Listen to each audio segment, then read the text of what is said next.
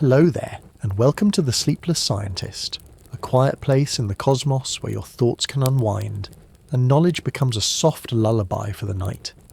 Tonight's journey will take us into one of the most whispered about places on Earth, a place where maps feel slightly more fragile, where the ocean seems to hold its breath, and where, for more than half a century, the boundary between fact and fear has been unusually thin. We're heading into the Bermuda Triangle. But before you settle in and get cozy, I'd love if you could take a moment to like this video and subscribe. Only if you truly find these quiet explorations enjoyable. And when you're ready, leave a comment to let me know where in the world you're listening from and what time it is for you right now. It's always such a joy to see all the places we gather from, each in our own little slice of time. Now, feel free to dim the lights, maybe turn on a fan for a soft background hum, and let's gently begin. The Bermuda Triangle. Even just the name sounds like a sigh, as if spoken through mist. It's not officially marked on any navigation charts. No government or scientific organisation formally recognises it as an area of risk. And yet, almost everyone knows of it. That stretch of ocean said to swallow ships whole, steal planes from the sky, and keep no log of its reasons why. You may have also heard it called other things. The Devil's Triangle, the graveyard of the Atlantic, or simply, that place where things disappear. The shape itself, a triangle, is curious, a geometric whisper, just 3 points, connected invisibly across the sea. One tip rests in Miami, Florida, another in San Juan, Puerto Rico, the last in Bermuda, a small island tucked into the western Atlantic, where coral reefs shimmer just beneath the surface like ancient bones. Together, these 3 points enclose a region of ocean somewhere between 1 and 2 million square miles, a space too vast to grasp in full, but not so vast that it should carry a reputation darker than any other. And yet, it does, because over the past century more than 3,000 ships and 100 aircraft have reportedly disappeared in this area, some vanishing without a trace, no distress signals, no wreckage, no clear explanations. One moment, a vessel checks in, the next, it's gone. Of course, disappearances happen everywhere on Earth. Mountains, deserts, forests, all have stories of those who entered and never returned. But the sea holds a particular kind of silence, a particular kind of forgetting. When something vanishes on land, it leaves behind clues, a broken tree branch, a shoe, a message scratched into bark. But at sea, the waters shift and sigh. They erase, they scatter. A ship might go down in a storm and by morning the surface is calm again, as if nothing passed through at all. The ocean has no memory for surface detail, only depth. And so, it becomes easier to believe in more than physics, in portals and anomalies, in ghostly forces at play. Even though the term Bermuda Triangle wasn't coined until the 1960s, strange stories from this region go back far further. Sailors from earlier centuries spoke of compass needles that spun without reason, of sudden cloud banks that seemed to swallow ships whole, of waves that rose from calm water like creatures waking from sleep. When Christopher Columbus sailed through these waters in 1492, he recorded strange lights in the sky, and his compass reportedly behaved erratically. Though that may have been a natural result of travelling near magnetic north, at a time when such phenomena were poorly understood, the mystery settled in, gently at first, then growing over the decades. But the Bermuda Triangle isn't just built from facts. It is in many ways built from feelings, from the soft terror of open water, from the ache of waiting for someone who never returned, from that peculiarly human habit of needing answers and fearing the ones we can't explain. And the name, the triangle, gives a structure. 3 points, 3 sides, something to imagine, to draw, to map. In a way, it's comforting. Even the unknown becomes bearable if we can give it a shape. The truth, as it often does, lives somewhere between exaggeration and silence. There is no formal designation, no red line on a globe, no hazard warning posted for pilots.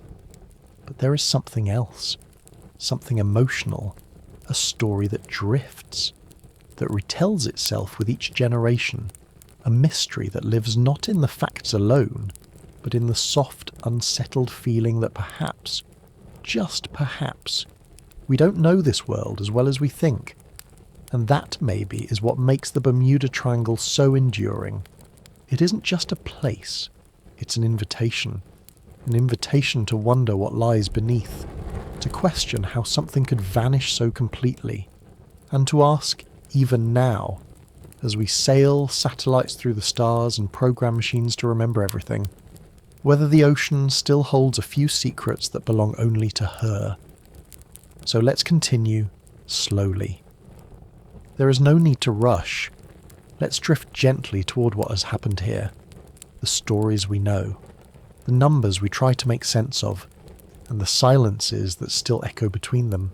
Because the Bermuda Triangle may not be on any official map, but it's there, every time we wonder what happens to the things that don't come back. If you were to sit on the deck of a quiet ship drifting in the middle of the Atlantic, with only the steady sound of water slapping the hull, and the distant cries of seabirds tracing loops above the horizon, you might not feel the pull of a mystery right away. The water, after all, is vast but peaceful. Blue stretches into blue. The sky reflects itself in gentle ripples. Everything feels present, real, solid. And yet within this same space, within these same calm coordinates, thousands of vessels have passed through and never come out the other side. Over the last 100 years, more than 3,000 ships and 100 aircraft have reportedly vanished within the area, loosely known as the Bermuda Triangle. Some of those disappearances have been explained, capsized in storms, lost due to mechanical failure, or swallowed by poor judgment and bad luck. But others have no clear ending, no distress call, no wreckage, just a final radio transmission, and then silence. No flares, no beacons, no return. And when you hear numbers like that, it's easy to let your imagination wander, to picture the triangle as a kind of oceanic trapdoor, a patch of sea where gravity bends sideways and time gets tangled in its own loops. But before we drift too far into theories and legends, it helps to understand something about the numbers themselves and what they truly mean. The Bermuda Triangle isn't empty. Quite the opposite. It is one of the most heavily travelled zones in the Atlantic Ocean. Commercial airliners pass through it daily.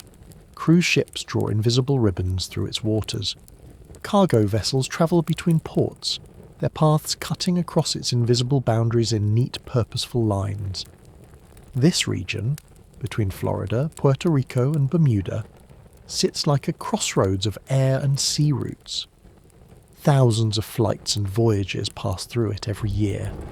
So when something disappears here, it becomes a story. Not because the triangle is unusually dangerous, but because it is unusually visible. And when you hear of something going missing in such a visible place, the contrast is unsettling. It's like losing your keys in a room with no furniture. There's nowhere for them to go. So when they're gone, truly gone, it feels eerie. And yet, the ocean is not a room.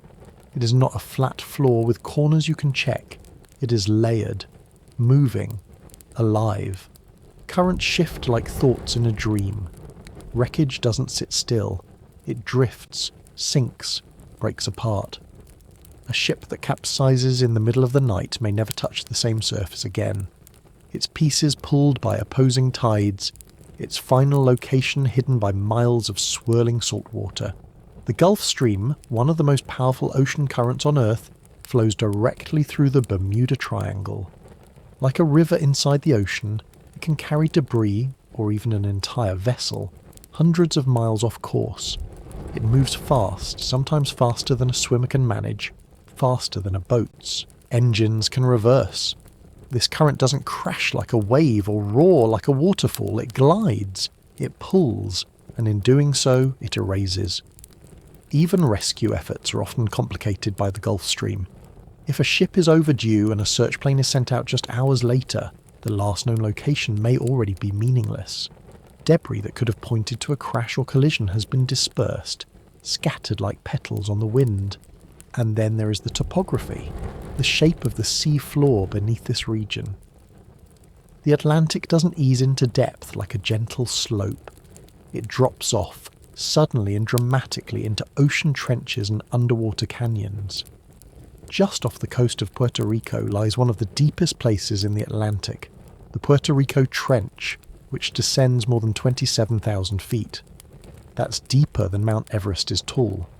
If a plane or ship sinks into such a trench, recovery becomes nearly impossible. Even our most advanced submersibles struggle to operate at those depths. And sonar, while powerful, cannot paint a perfect picture of a seabed so complex and full of folds. When something goes missing in the triangle, part of what we're reacting to isn't just the loss, it's the lack of closure, the quiet, the unmarked ending, and silence in a world so full of noise feels unnatural. It invites us to fill it with stories, with meaning, with fear.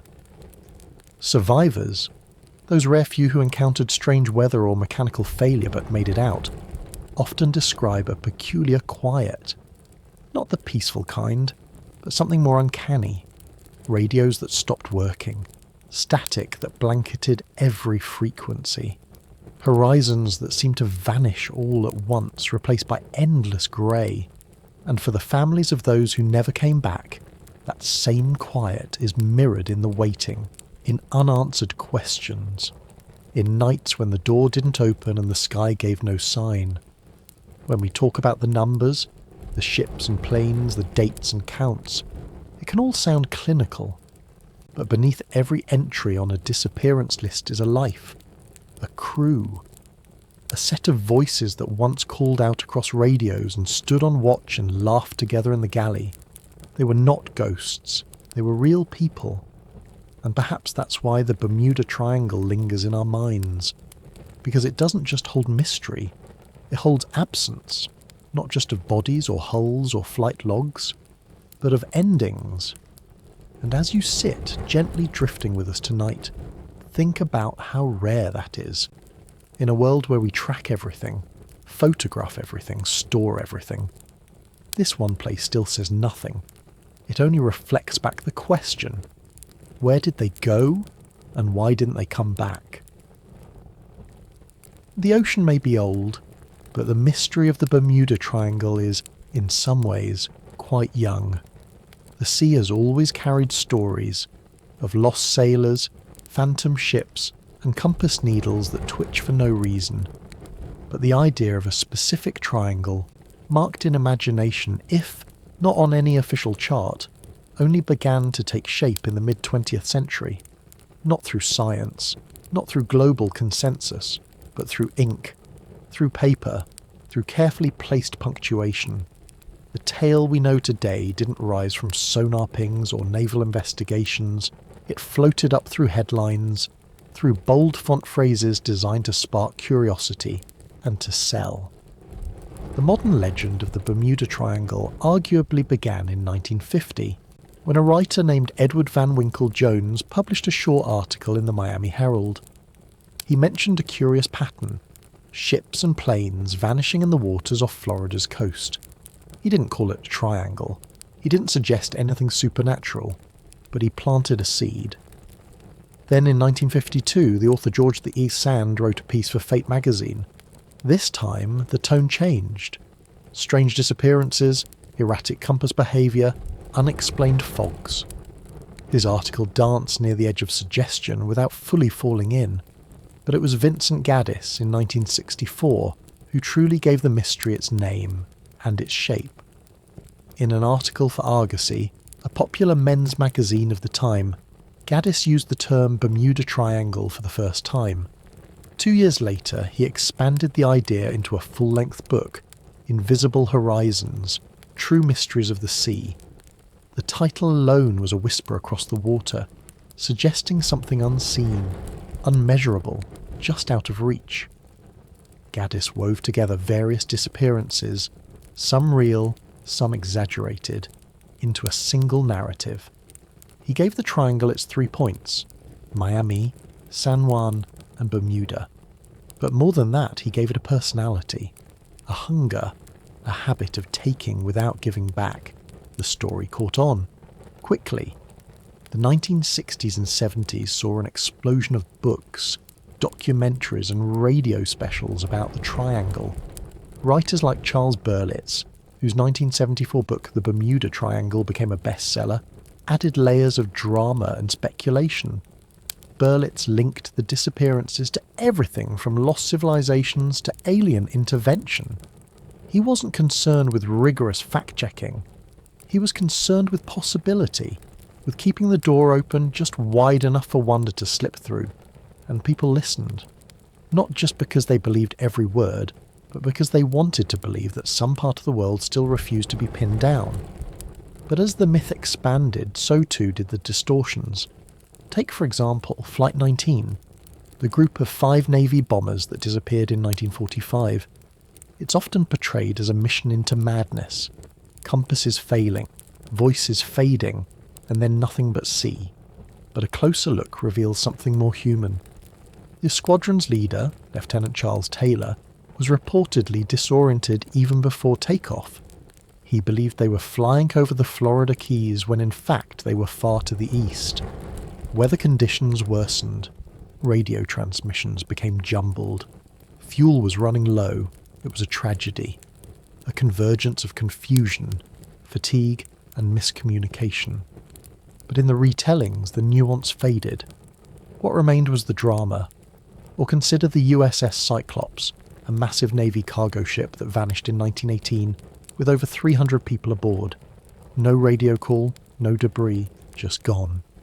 It's cited often as the Triangle's biggest mystery, and yes, it is a haunting story. A vessel of that size disappearing without a trace, but naval records suggest the Cyclops was likely overloaded with cargo. It may have suffered structural failure in rough seas. A storm was recorded in the area at the time. There were warnings. But again, that version doesn't fit the myth quite so snugly. In 1975, author and researcher Larry Kusher published a book called The Bermuda Triangle Mystery, Solved. His approach was different. Instead of chasing the mystery, he examined the reports, the archives, the weather logs, the official investigations, and he found something quietly stunning. Many of the so-called mysteries weren't all that mysterious. Some had happened outside the Triangle's borders entirely. Others involved vessels that had been found, just not widely reported on. Some had perfectly mundane explanations. Engine failure, poor navigation, avoidable weather. In short, Kusher argued the real mystery wasn't the ocean. It was how the story had been told. And this brings us to something called survivorship bias, a gentle but important concept that plays a role in how we perceive patterns. Imagine you hear 10 stories about people getting lost in the Bermuda Triangle. They sound eerie, terrifying, like an invisible hand sweeping things away. But you don't hear from the tens of thousands of ships and planes that pass through the same waters safely. They don't make headlines. They don't get movies. You only hear the stories of the strange. So over time your mind starts to believe that the strange is the norm, that disappearing is more common than arriving. And yet, most vessels reach their destination. Most flights land as planned. The Triangle is not cursed, it's just crowded. And our memory, like the ocean, is selective. It holds on to what lingers, and what lingers is what disturbs. So when we look at the Bermuda Triangle today, we're not just seeing geography. We're seeing decades of storytelling. We're seeing headlines that stacked upon headlines, books that quoted other books, documentaries that fed off prior dramatizations. We're seeing a myth built not just from what happened, but from how we chose to talk about it. But this doesn't mean there's no mystery, because even if many of the stories have explanations, the feeling remains. That quiet feeling of not knowing, that sense that something slipped through our fingers and we can't quite trace where it went. There's something about a disappearance that touches us differently than a known loss. A crash site can be photographed. A sunken ship can be named. Wreckage can be catalogued, boxed, studied, and even grieved with the cool finality of documentation. But a disappearance, a true vanishing, where nothing remains but silence, it leaves a different shape behind. It leaves a question. And questions, unlike ruins, cannot be buried. That's part of why the Bermuda Triangle endures, not just because people have gone missing there, but because they've gone missing in a way that feels unresolved. Our minds do not like blank space. We are not built for it. Give us a gap in a story and we will fill it. Give us a mystery and we will stretch it into myth. And when that mystery touches the sea, which already whispers of the unknown, we let it grow all the more. Even if every case had a plausible answer, we might still keep the story alive. Because what we're really drawn to isn't the facts themselves, but what they represent. The possibility that something larger is at play, that something in the world is still beyond us, not in a fearful way, but in a humbling one. We are, after all, pattern-seeking creatures. Our brains evolved not just to survive, but to make sense. We find faces in clouds, music in the wind, omens in the timing of birds. We connect the dots, even when there are only a few, and even when they may not truly connect. This tendency, called apophenia, is part of what makes us imaginative. It's also what makes us susceptible to belief, especially when the world feels a little too big, or a little too random, or a little too quiet for comfort. And so, when 5 Navy planes vanish without a trace, our minds resist accepting a simple, statistical explanation. When a massive ship disappears with no radio call and no floating debris, we reach for meaning. Surely there is more. Surely there must be. But sometimes the world offers no explanation, and that is what unsettles us most. Not the storm, not the crash, but the quiet that follows. We need the ones who vanish because they leave behind spaces we can fill. They become symbols, not just of fear, but of possibility.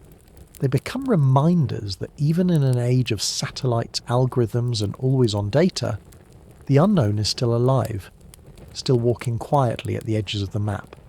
And in a strange way, we're comforted by that. Not because we want to disappear, but because we want to know that mystery hasn't disappeared either. There's another layer too, a more personal one.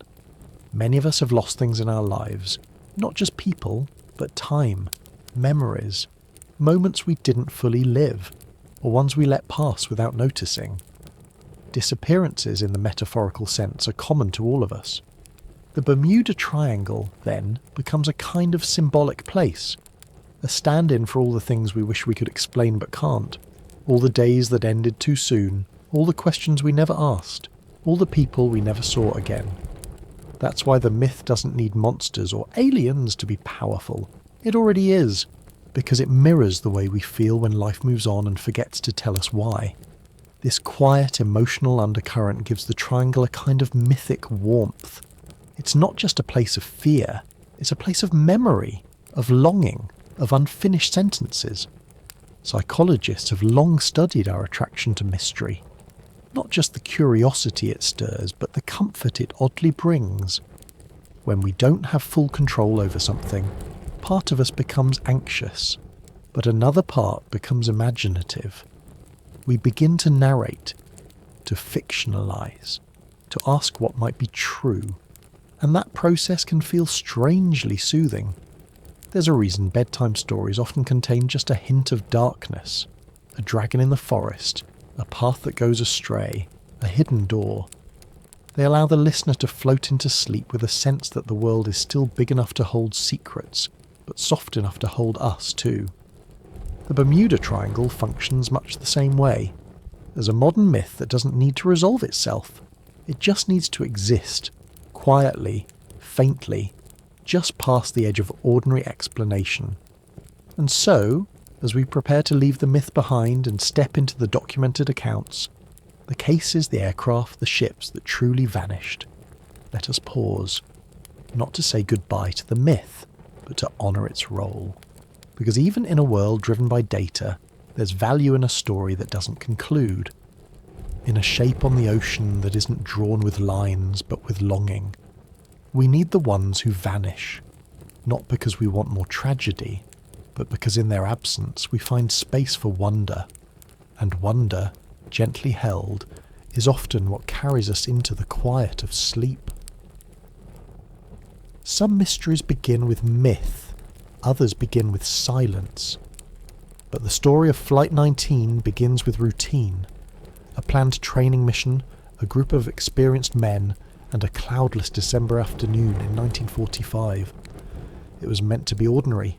5 Navy bombers, all TBM Avenger torpedo planes, took off from Naval Air Station Fort Lauderdale at around 2:10 p.m. on December the 5th. Their task was familiar, a navigational training flight known as Navigation Problem Number 1. The route would take them east over the Atlantic, then north, then back to base, forming a loose triangle in the sky. There were 14 men aboard in total. They called themselves Flight 19. Leading the group was Lieutenant Charles Taylor, a seasoned pilot with over 2,500 flying hours. The mission, lasting just over 2 hours, should have returned them by dusk, but dusk came, and no one returned. The first sign of trouble appeared not with a dramatic explosion or a garbled distress call, but with a strange unease in the voice of the flight leader. Around 3:30 p.m, Flight 19 began radioing back with growing confusion. Lieutenant Taylor reported that his compasses were malfunctioning, both the primary and backup, and that he could no longer determine their location. His voice, recorded in transcripts, was not panicked, just uncertain, then slowly more concerned.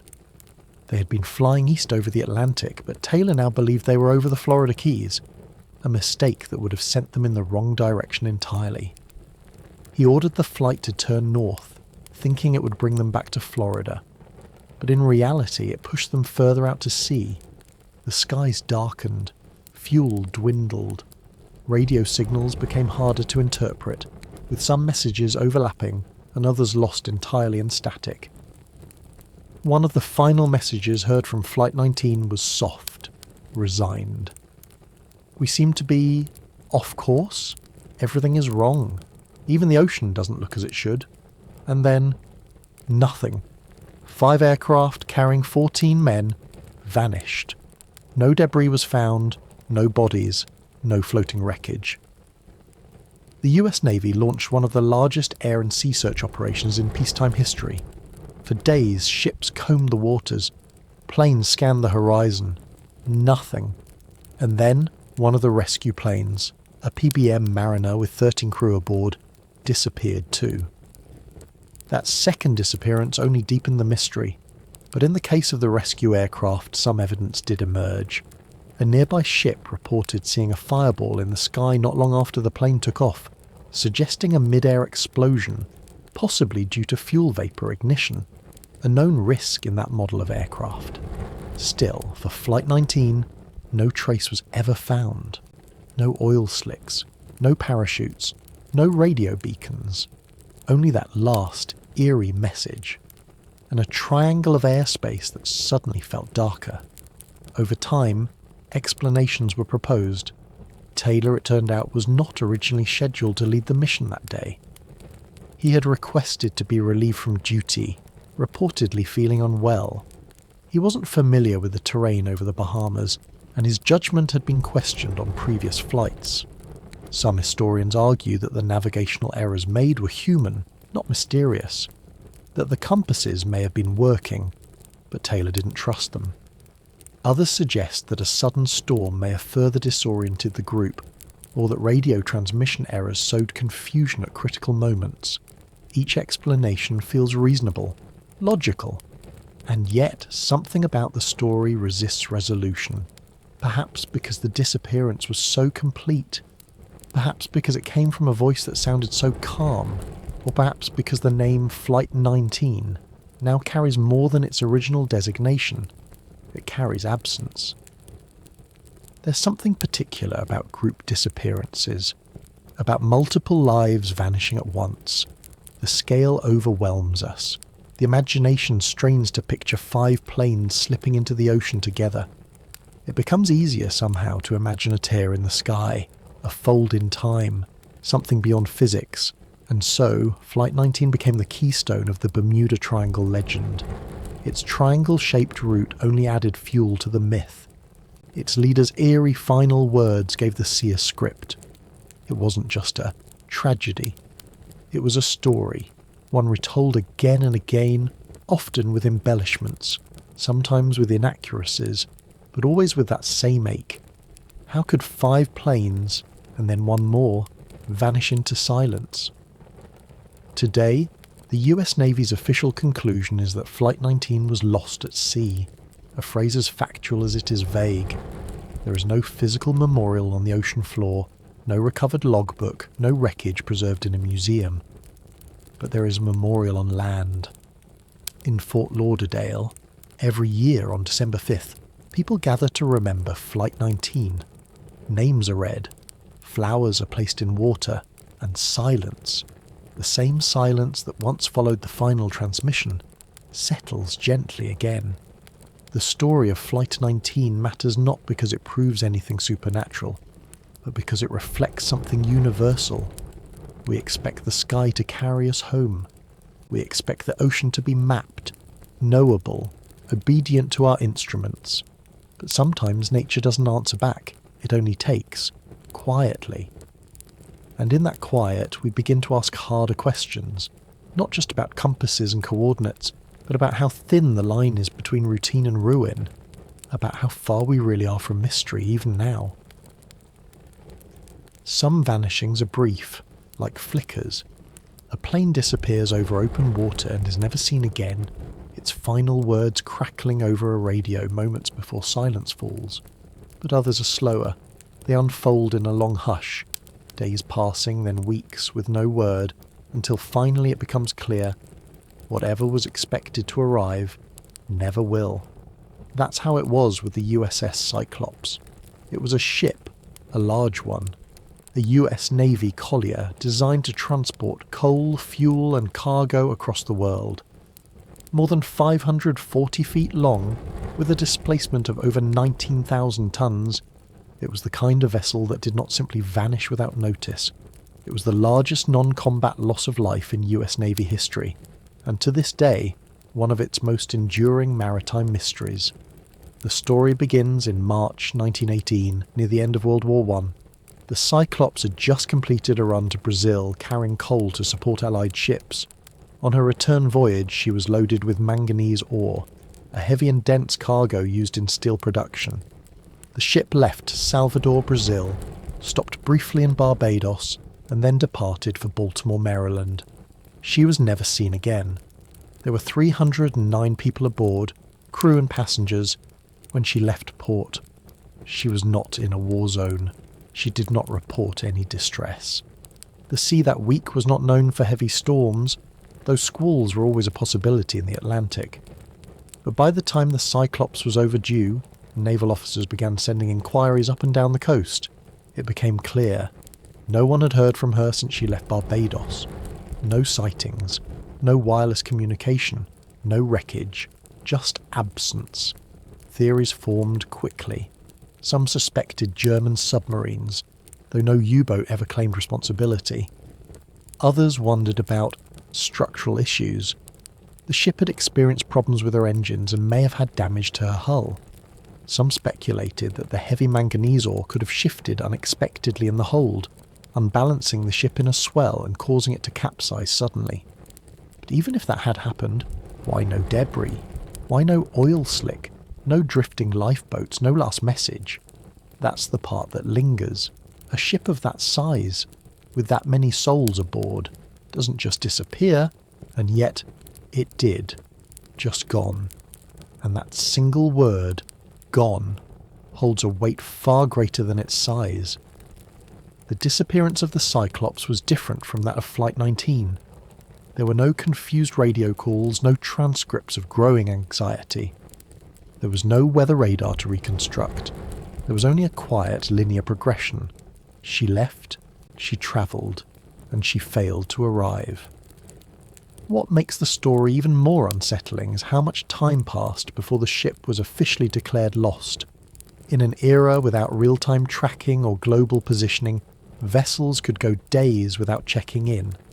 Delays were common, communication gaps were expected, and so, hope lingered, quietly, stubbornly, long after it should have. For families waiting in Baltimore, it must have been unbearable. There was no headline declaring disaster, no clear date of death. Only a growing silence filling each room like fog, a knock that never came, a telegram that stayed unwritten.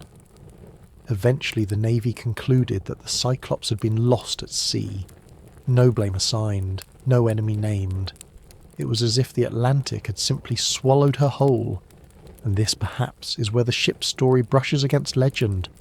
Because to vanish so completely in peacetime, in familiar waters, without a trace, is rare. And when something rare happens with such finality, it leaves a bruise on our imagination. We return to it, again and again. Not necessarily to find new information, but to feel the weight of what remains unknown. The Bermuda Triangle hadn't been named yet when the Cyclops disappeared, but in later decades, its absence would be added to the growing list of vanishings in that vast triangle of ocean. And among them all, hers was the largest.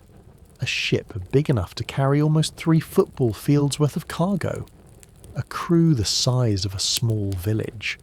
No lifeboats found, no survivors, not even a floating plank. And that, more than anything, is what fuels the unease. Not just the loss, but the lack of evidence. In our modern world, we expect everything to leave a footprint, a ripple, a whisper. But the ocean has a way of erasing gently, with currents instead of shovels, and time instead of wind. It's worth noting that other ships of the Cyclops' class also suffered strange fates. Her sister ships, the Proteus and the Nereus, also disappeared under mysterious circumstances during World War II. Both were transporting heavy ore. Both were in the Western Atlantic. Both left few, if any, clues behind. Some argue that the design of these colliers was flawed, that their long, narrow hulls made them vulnerable to breaking in rough seas, that the weight of ore, if not properly balanced, could destabilise them without warning. And maybe that's true, but the facts alone don't quiet the feeling that remains. The sense that something was taken, not by force, but by forgetfulness. Not by violence, but by the ocean's indifference. Because the sea does not care what we build or who we send to cross it. It offers no guarantee. It promises no return. It only moves, slowly, endlessly, and always forward. The story of the Cyclops doesn't end in a storm. It doesn't end in fire or steel or sound. It ends in a line left blank, a ship that left a harbour and never reached another, and a mystery that, over 100 years later, still has no answer. And sometimes, even now, when ships cross the path she once sailed, their crew might pause and look out over the rail, into the blue that holds so much and reveals so little, and wonder, what happened to her? And what does the ocean remember that we no longer can? Not every ship that enters the Bermuda Triangle vanishes completely. Some do return, though not always with the people who once walked their decks. These are the ghost ships. Not phantoms in the supernatural sense, but vessels found adrift. Sails fluttering, engines silent, cabins eerily intact, and crew nowhere to be found. Ships that seem to float between life and loss, like empty shoes left in the middle of a road. There is something profoundly unsettling about an abandoned ship. A vessel is not just metal and timber. It is a shelter, a tool, a place of purpose. It exists to carry people. So when you find one without its crew, especially if there is no sign of struggle or damage, it feels like a riddle left halfway solved. And some of these stories, like the ocean itself, still drift through time. One of the most famous examples is the Carol A. Deering, a 5-masted schooner that was found run aground on Diamond Shoals off the coast of North Carolina in 1921. She'd been on her way home from a voyage to Brazil. When she was spotted stranded in shallow water, it looked, at first, like an accident. But when investigators boarded the vessel, what they found told a stranger story. The galley was set, food laid out, coffee pots still warm, charts had been plotted, but there was no one aboard. The lifeboats were missing, so were the ship's logbooks and navigational instruments. Nothing pointed to violence. There were no bloodstains, no signs of mutiny. And yet, the crew had vanished. Some theorised that a storm had hit unexpectedly, and the crew had tried to escape in lifeboats, only to perish at sea. Others suspected piracy, or even a secret rescue gone awry. But none of the theories were ever confirmed. The Deering stood for days like a question run aground, a wooden whisper of something lost. Eventually she was towed and scuttled at sea, but her mystery remained. Even today she's listed in compilations of triangle-related events, though her final drift took her slightly north of the traditional boundaries. Still, the story lingers, not because of where it happened, but because of how completely it refused to explain itself. And the Deering is not alone. Other ships have joined this quiet fleet of the unexplained.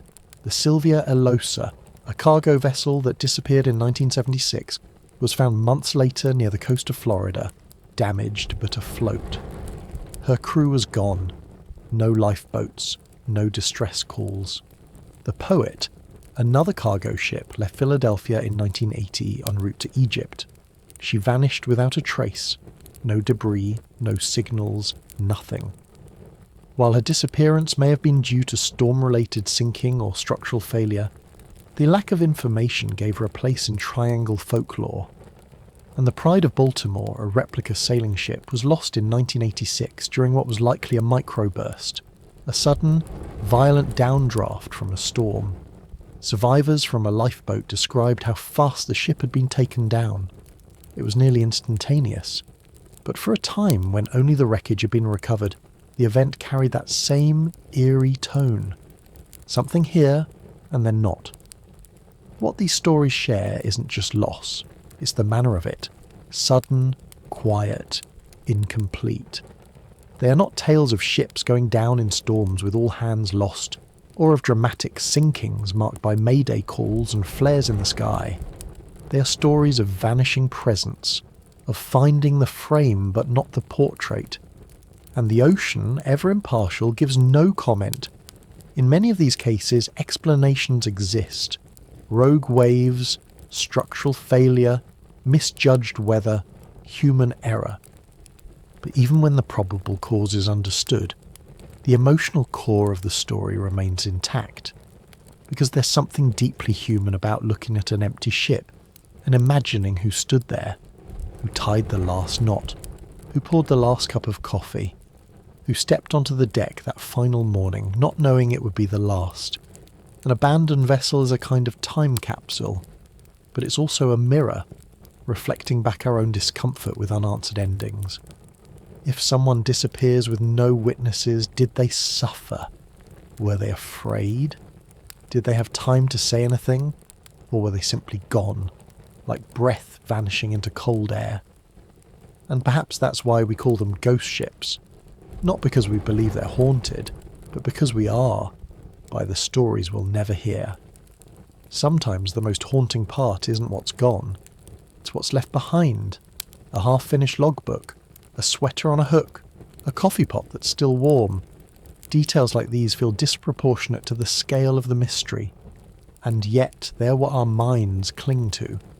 They give us something to imagine, something to mourn, because when the sea erases a ship entirely, we can accept it as a singular, tragic act of nature. But when the ship returns without its people, still afloat, still intact, that's different. That feels like a secret, kept deliberately. Ghost ships may not be the majority of Bermuda Triangle stories, but they leave a mark. They suggest that not all vanishings are absolute, that sometimes the vessel endures, but the people do not. They are the halfway stories, the middle verses, the ones that never got to finish the sentence, and in a way they remind us that even if we find the shell, the soul may still be missing, that the sea does not always take everything, but it rarely gives everything back either. For all the silence that surrounds the Bermuda Triangle, a few voices have made it out. Not every flight ends in disappearance, not every ship goes down. There are those who returned, shaken, confused but intact, and what they brought back wasn't wreckage, but memory. Their accounts are often described as unbelievable, but that's part of what makes them so compelling. Because while wreckage is silent, memory speaks, and sometimes it speaks in riddles. One of the most well-known survivors of a triangle encounter is Bruce Jernan, a pilot who, in 1970, was flying his small aircraft, a Beechcraft Bonanza, from the Bahamas to Florida. The weather was clear. The flight should have taken just over an hour. But something happened in the sky. According to Jernan, shortly after takeoff he saw a strange cloud forming ahead. Not unusual at first. Clouds build quickly over warm water, but this one didn't behave like the others. As he approached, the cloud became a tunnel, circular, dense, and stretching forward like a corridor through mist. With little time to react and no easy way around, he entered. Inside, visibility dropped. The plane's instruments began to behave erratically. Compass readings spun, radio signals became faint, and then, as quickly as he'd entered, he was out, suddenly over Miami Beach. The whole flight had taken only 47 minutes, nearly a half hour less than expected. Jernan's account has often been referred to as the electronic fog incident. He described it as if time and distance compressed, a kind of bubble through which his plane slipped faster than normal. Skeptics suggest tailwinds, faulty instruments, or perception under stress, but Jernan remains convinced that he experienced something beyond standard meteorology, something anomalous. He didn't vanish. But for a short while, the sky seemed to forget where it had placed him. Then there are the Rothschild twins, two commercial pilots, who, during a routine flight through Triangle airspace, reported sudden electrical malfunctions. As they flew, the weather was calm, but just past Andros Island, their dashboard lights flickered and went dark. Navigation equipment reset itself. For a few minutes, the aircraft seemed to float without guidance, suspended in something they later described as wrong air, still, too quiet, as if the atmosphere itself had been dulled. Eventually everything returned.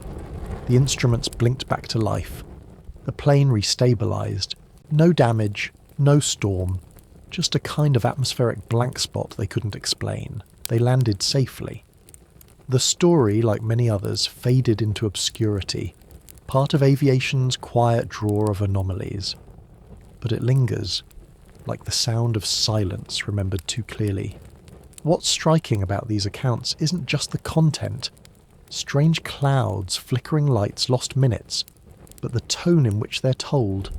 They're not theatrical, they're careful, measured, often reluctant. Those who've experienced strange events rarely seek attention. In fact, many hesitate to share their stories at all, afraid they won't be believed, or worse, that they'll be mocked. But this hesitance lends the stories weight, because when someone tells you something gently, without flourish, and says, "I don't know what happened, only that it did," it's hard not to listen. From a scientific perspective, most of these stories can be explained, or at least softened, by known phenomena. Spatial disorientation is common in aviation, especially over open water, where there's no visual reference point. Without a horizon line, the inner ear can deceive even experienced pilots, leading them to believe they're level when they're banking, or climbing when they're actually descending. Instrument failure is rare but not unheard of. Electrical systems can be affected by atmospheric conditions, static charge buildup, abrupt pressure changes, even interactions with magnetic fields, especially in older aircraft. And time distortion, as described by Jernan, could be due to a strong tailwind, unnoticed by a distracted pilot during moments of high stress. But here's where it becomes more nuanced. The experience is real, even if the explanation is mundane. A pilot who feels time slip is not fabricating. A sailor who watches a compass spin is not inventing. They are describing what their senses told them in that moment, and the body does not always pass the world with precision, especially under pressure. And so, between perception and truth, memory makes a home. Not always accurate, not always literal, but always emotional. Memory under stress becomes something else entirely. The brain doesn't just record, it interprets, it protects, it constructs meaning from fear and narrative from noise. When you're 10,000 feet above the sea and your instruments blink out, what you remember later isn't numbers. It's the feeling, the stillness, the way the air tasted, the way the world seemed to narrow. And once that memory sets, it's no longer just a story. It's a cornerstone of identity. These survivor accounts, though rare, provide an important counterpoint to the stories of total disappearance. They remind us that the triangle isn't just a place of endings, it is also a place of return. Changed, yes. Uncertain, perhaps, but not lost. And that matters. Because a mystery told only in silence becomes cold.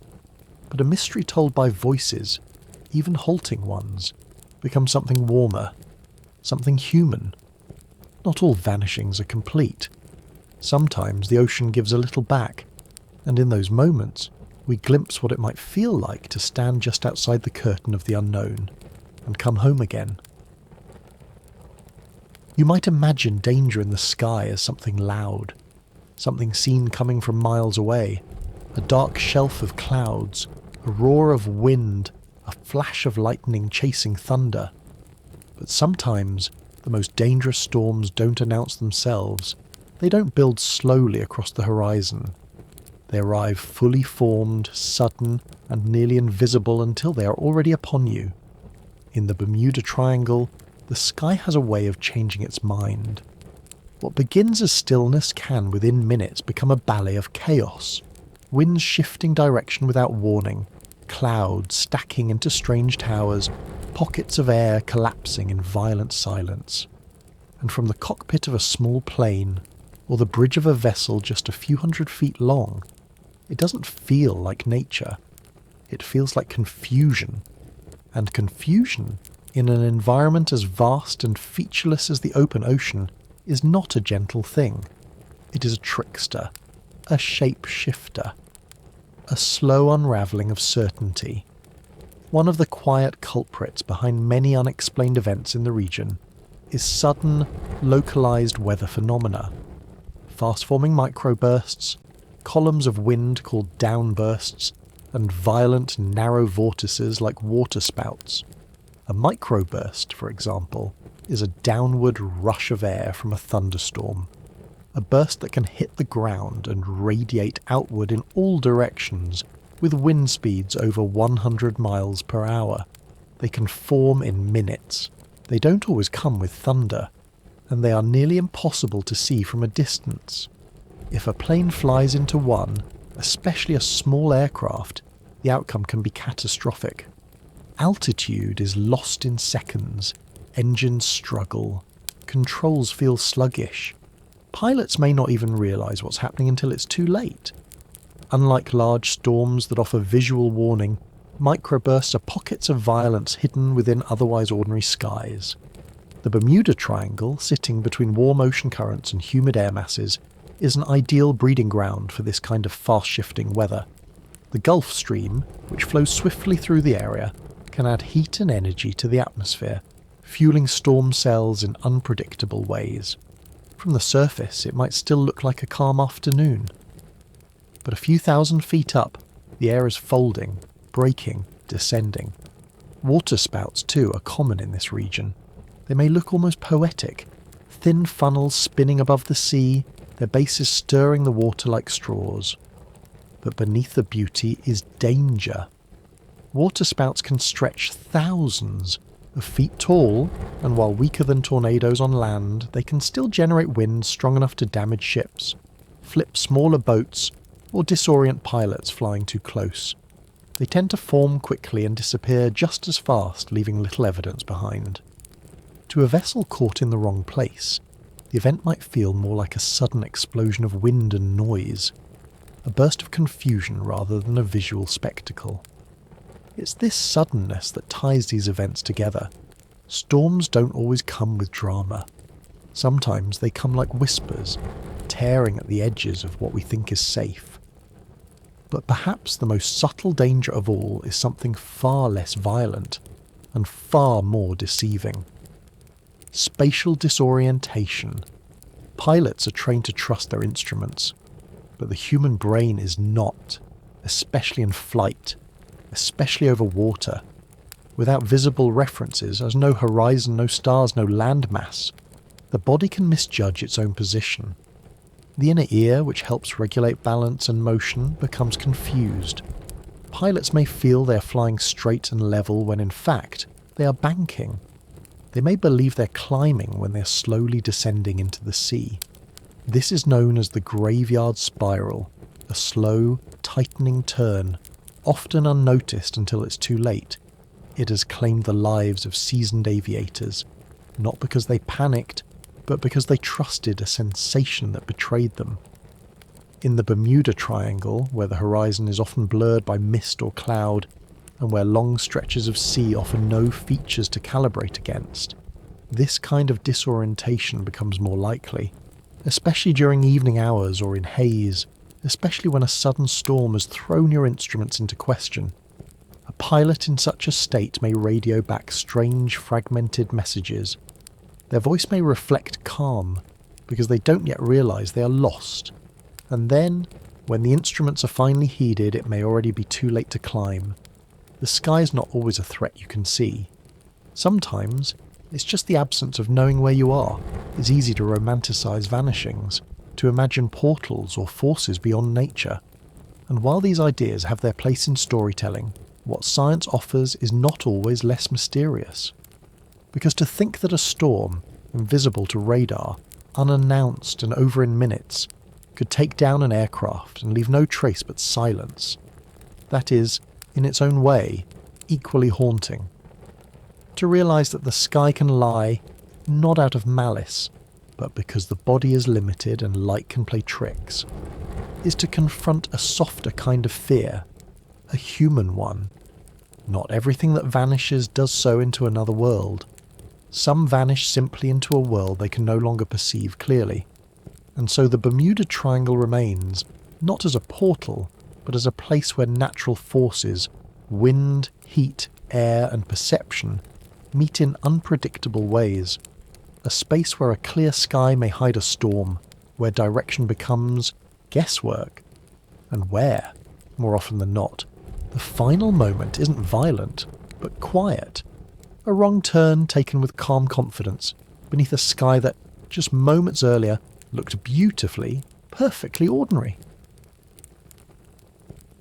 When we think of waves, we usually picture rhythm, a steady pulse on the shoreline, a repetition, something almost musical. But not all waves behave with such grace. Some rise not from the beat of tides, or the whisper of wind, but from the quiet stacking of forces, hidden from sight until the very moment they erupt. In the Bermuda Triangle, where the sea seems vast and empty, the most dangerous wave is not the largest on record, nor the loudest. It is the one that appears without warning, that follows no forecast and that leaves little evidence behind.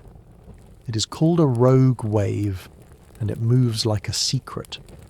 For centuries, sailors whispered of freak waves, towering walls of water that emerge from otherwise calm seas, struck with unimaginable force and vanished again to the ocean's ordinary rhythm. These stories were often dismissed as exaggerations, seafarers' folklore, or the confused accounts of those who had endured too long at sea. But in 1995, those stories were given a name and proof. That year, an oil platform in the North Sea recorded a wave measuring nearly 26 metres high. roughly the height of an 8-story building. It struck during otherwise moderate conditions, rising out of nowhere, with no preceding swell to suggest its arrival. Instruments captured the data, photographs documented its suddenness, and science could no longer dismiss what sailors had long suspected. Rogue waves were real, and they were terrifying. These waves are not like tsunamis, which result from underwater earthquakes or landslides and travel vast distances. Rogue waves are localized, isolated phenomena, forming when multiple smaller waves combine, a process known as constructive interference, to create a singular giant. Imagine 1,000 threads weaving through the water. Sometimes, by chance, they knot, and in that knot, energy accumulates, lifts, stacks, and then breaks. The result is a vertical wall of water, steep, sharp, often with a deep trough in front, creating the effect of a moving cliff. Ships caught in front of one may have no time to react, no warning from radar, no early sign in the swell.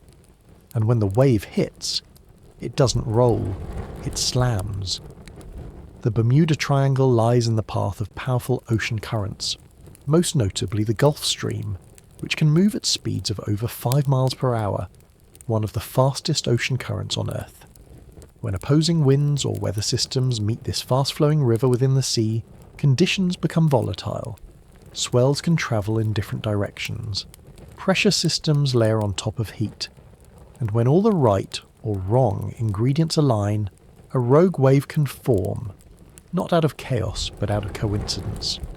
In the open ocean, these waves might be rare, but in places like the Bermuda Triangle, with its active shipping routes, sudden storms, and converging currents, the chances increase, and the effect can be devastating. There are documented cases of cargo ships being split in two, of cruise liners sustaining major structural damage, and of entire vessels disappearing without a distress call. All in seas that had, only moments before, seemed manageable.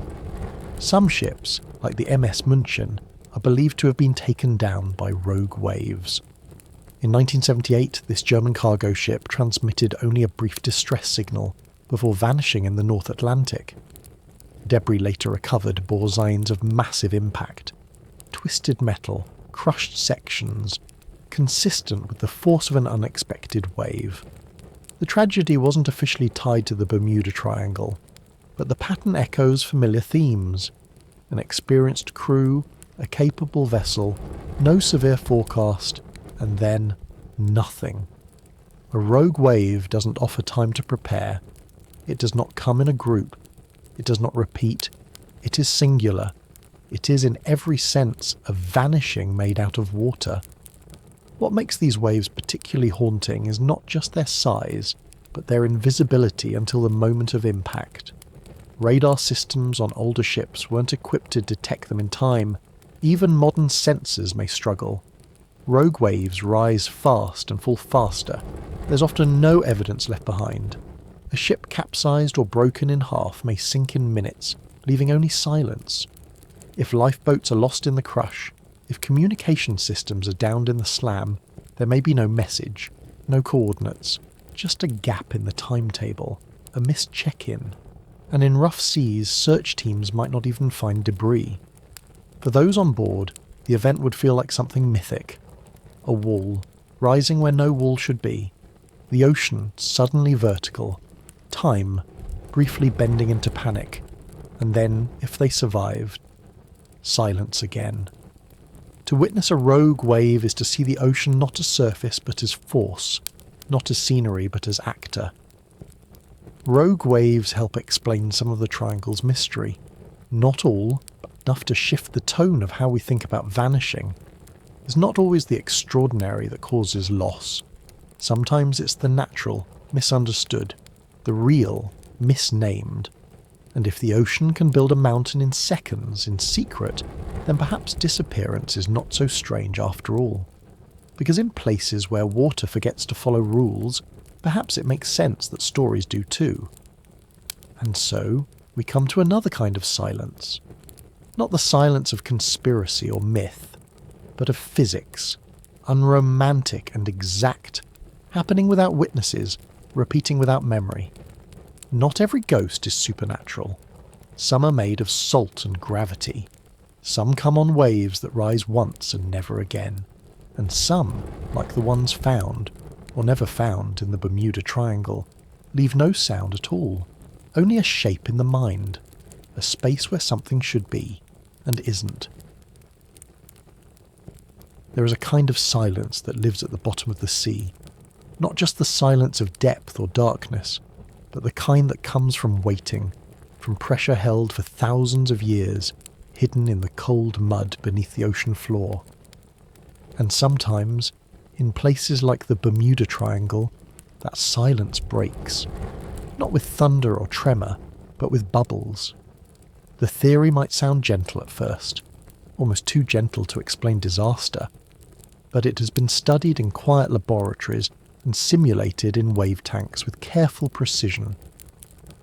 Beneath the seafloor in certain parts of the ocean lie deposits of methane hydrate, a crystalline substance where methane gas is trapped within lattices of ice. It looks like snow or soft rock, but when disturbed, it releases enormous volumes of gas. These deposits are stable only under specific temperature and pressure conditions, and when those conditions shift, due to a minor earthquake, a shifting sediment layer, or even natural geological settling, the hydrate can suddenly release its stored methane in a burst.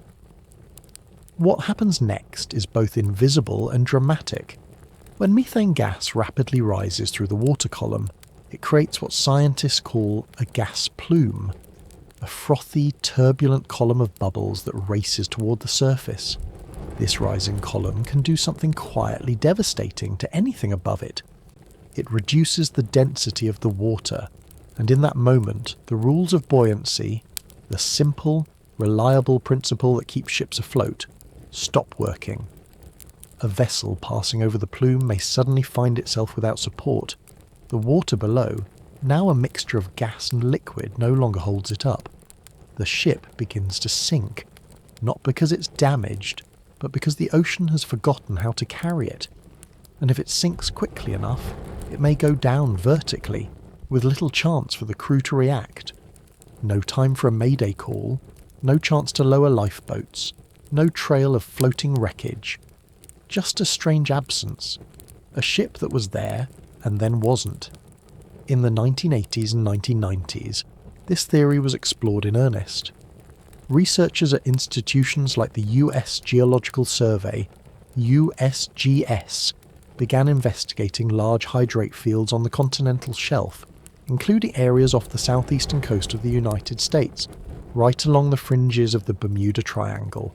Laboratory experiments confirmed the possibility. Scaled models showed that bubbles released from the seafloor could indeed sink small-scale ships. Computer models followed, suggesting that under the right conditions even large vessels could be affected. And while no direct observation has confirmed such an event occurring in real time, the theory remains compelling, not because it proves anything definitively, but because it offers a natural, plausible explanation for sudden disappearances that leave no wreckage behind. It's not dramatic, it doesn't make headlines. But sometimes it's the quiet theories that explain the quietest vanishings. And perhaps that's what makes this idea so resonant within the story of the Triangle. It's not a violent wave or a supernatural storm, it's a geological whisper, a rearrangement of unseen chemistry. The Earth exhales, and a ship is no longer there. This possibility also adds weight to the idea that the Triangle's mysteries may not come from a single cause, but from many overlapping ones. Sometimes it's weather, sometimes it's navigation, and sometimes it might be something rising from below, unseen, unfelt, but no less real.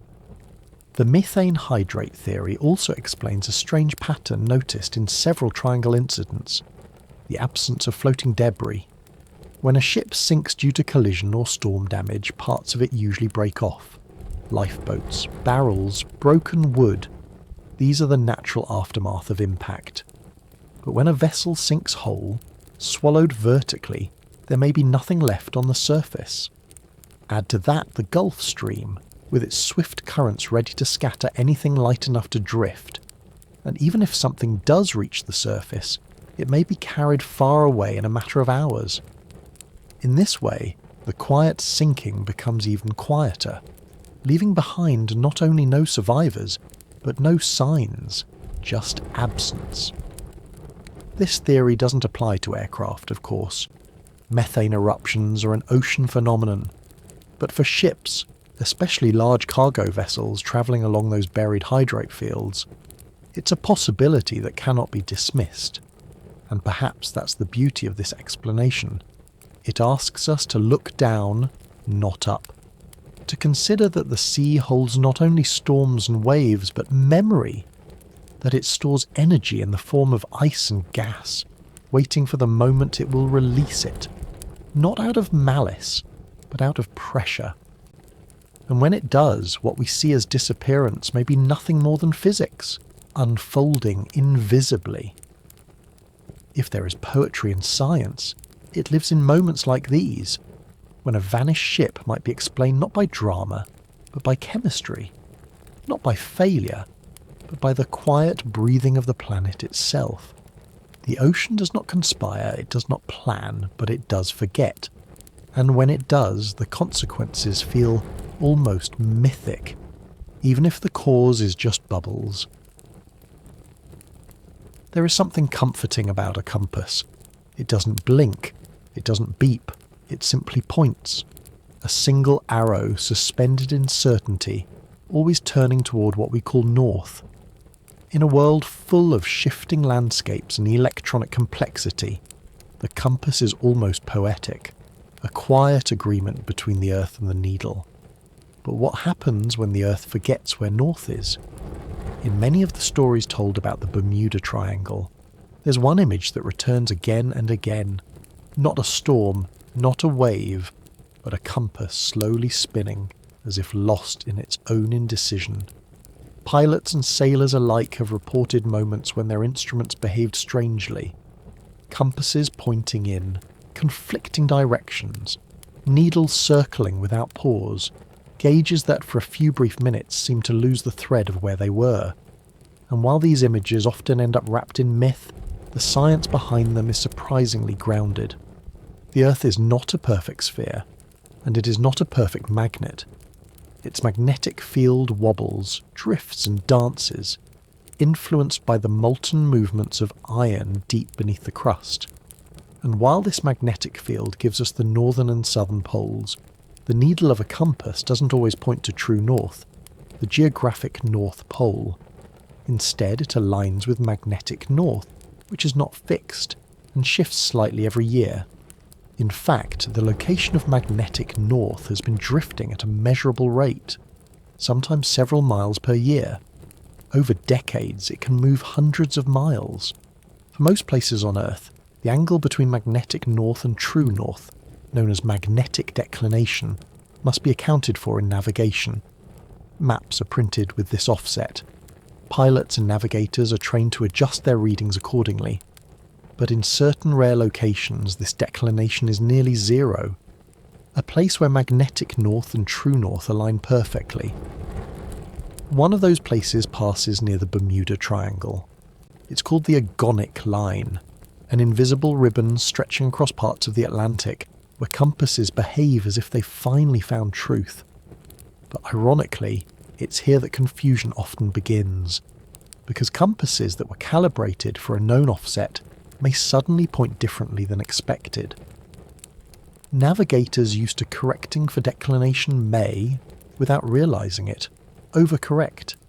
Tiny errors, magnified over long distances, can lead to huge deviations. And when you're flying at 200 knots over open ocean, or steering a ship through a vast blue nothing, a few degrees off course can become the difference between arriving safely and vanishing entirely. Beyond this, there are also magnetic anomalies, small regions where local magnetic fields, created by minerals in the seabed or fluctuations in the Earth's core, can interfere with instruments. These are not science fiction. They are mapped, studied, and known to exist across the globe, especially near tectonic boundaries and volcanic ridges. And the floor of the Bermuda Triangle, rich in ancient volcanic activity and complex geological layers, is one such area. These disturbances may be minor, but to early aviators or mariners relying on older navigation equipment, they could be confusing. Compasses might spin or seem frozen, radios might distort. Modern instruments, relying on GPS and gyroscopic backups, are less vulnerable. But even now, pockets of strange readings are not unheard of. It's not that the triangle is cursed. It's that the Earth is alive, and its invisible systems don't always behave the way we'd like them to. The beauty of magnetism is that it's quiet. Unlike a storm or a wave, it doesn't crash or shout. It moves through everything, air, metal, bone, without being felt.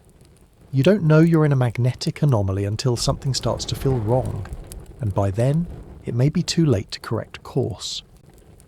Many of the older triangle disappearances occurred before the widespread use of redundant systems. A single compass was often the only guide. Radios were fragile, subject to static, range limits, and interference. Flight plans were handwritten, weather reports were minimal. In that context, a compass that spins for even a minute becomes more than an inconvenience. It becomes the start of a chain reaction. You turn to correct your path. You misjudge the sun's position through haze. You adjust again. You think you're flying west, but you're slowly arcing south. And if you're over open ocean, with clouds below and no land in sight, that gentle arc may go unnoticed for hours, until fuel runs low, until radio contact fades, until the sea, as it always does, offers its own version of silence. It's tempting to say that modern technology has solved these problems, and in many ways, it has. Redundant navigation systems, satellite tracking, autopilot corrections, and real-time weather data have reduced the likelihood of directional error. But the magnetic field still shifts, the agonic line still moves, and even the best pilots, on the best days, still trust instruments that whisper to them from the unseen. The stories of compasses spinning in the Bermuda Triangle don't need to be supernatural. They can be understood as what happens when invisible systems overlap imperfectly. Magnetism, navigation, perception, all layered over the endless sameness of the sea. And even in that explanation, there is wonder. Because the Earth itself is not still. It murmurs, it forgets, it changes shape. Not just in rocks and rivers, but in poles and points. We think of maps as permanent, but the forces beneath our feet are always shifting. And when a compass spins, it's not always because we are lost. Sometimes it's because the world has moved, just a little, and we haven't caught up. So we return again to that image. A needle trembling in a cockpit. A quiet question. A moment when direction slips away, not with violence, but with drift. Not every mystery in the Bermuda Triangle is made of myth. Some are made of minerals, of magnets, of maps that no longer match the sky. And sometimes, what disappears is not the vessel, but the certainty of where it's going. There is something comforting about a compass. It doesn't blink, it doesn't beep, it simply points. A single arrow suspended in certainty, always turning toward what we call north. In a world full of shifting landscapes and electronic complexity, the compass is almost poetic, a quiet agreement between the Earth and the needle. But what happens when the Earth forgets where north is? In many of the stories told about the Bermuda Triangle, there's one image that returns again and again. Not a storm, not a wave, but a compass slowly spinning, as if lost in its own indecision. Pilots and sailors alike have reported moments when their instruments behaved strangely. Compasses pointing in conflicting directions, needles circling without pause, gauges that, for a few brief minutes, seemed to lose the thread of where they were. And while these images often end up wrapped in myth, the science behind them is surprisingly grounded. The Earth is not a perfect sphere, and it is not a perfect magnet. Its magnetic field wobbles, drifts, and dances, influenced by the molten movements of iron deep beneath the crust. And while this magnetic field gives us the northern and southern poles, the needle of a compass doesn't always point to true north, the geographic North Pole. Instead, it aligns with magnetic north, which is not fixed and shifts slightly every year. In fact, the location of magnetic north has been drifting at a measurable rate, sometimes several miles per year. Over decades, it can move hundreds of miles. For most places on Earth, the angle between magnetic north and true north, known as magnetic declination, must be accounted for in navigation. Maps are printed with this offset. Pilots and navigators are trained to adjust their readings accordingly. But in certain rare locations, this declination is nearly zero, a place where magnetic north and true north align perfectly. One of those places passes near the Bermuda Triangle. It's called the agonic line, an invisible ribbon stretching across parts of the Atlantic where compasses behave as if they've finally found truth. But ironically, it's here that confusion often begins, because compasses that were calibrated for a known offset may suddenly point differently than expected. Navigators used to correcting for declination may, without realising it, overcorrect. Tiny errors, magnified over long distances, can lead to huge deviations. And when you're flying at 200 knots over open ocean, or steering a ship through a vast blue nothing, a few degrees off course can become the difference between arriving safely and vanishing entirely. Beyond this, there are also magnetic anomalies, small regions where local magnetic fields, created by minerals in the seabed or fluctuations in the Earth's core, can interfere with instruments. These are not science fiction.